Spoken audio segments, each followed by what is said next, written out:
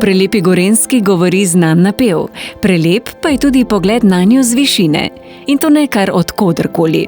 Z balkona Gorenjske, kot ga imenujejo skoče na Kriški gori, ki jo odslej krasi pomembna pridobitev – samooskrbna sončna elektrarna. Koča se oskrbuje prek žičnice. Pri prevozu fotovoltaičnih panelov nam je na pomoč priskočila tudi helikopterska enota slovenske policije.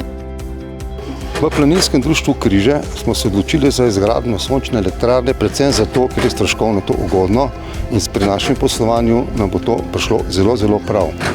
Ta elektrarna je namenjena tudi še za drugo našo planinsko kočo, ki je v neposredni bližini in kot taka bo prispevala k nižjim stroškom. Montaža sončne elektrarne je zadnji kamenček v mozaiku. Pred tem je treba pridobiti potrebna soglasja, pripraviti in oddati vlogo za subvencijo ter opraviti izmere na objektu. Montaža je običajno zaključena že v enem dnevu.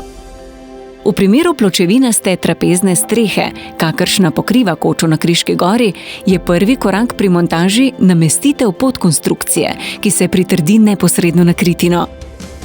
Nanjo se pritrdijo optimizatorji proizvodnje električne energije in fotovoltaični paneli.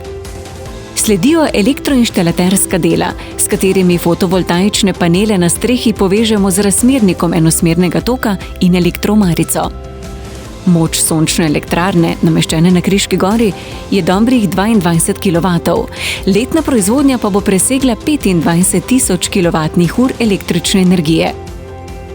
Pričakujemo, da bomo po 5 do 6 letih imeli investicijo vrnjeno, potem pa seveda nam je samo stroškovno ugodno, če je življenjska doba po zagotovilu proizvajalca 30 let. Naše sodelovanje z EC traja že dalj časa. Sedaj smo ga s tem projektom še nadgradili.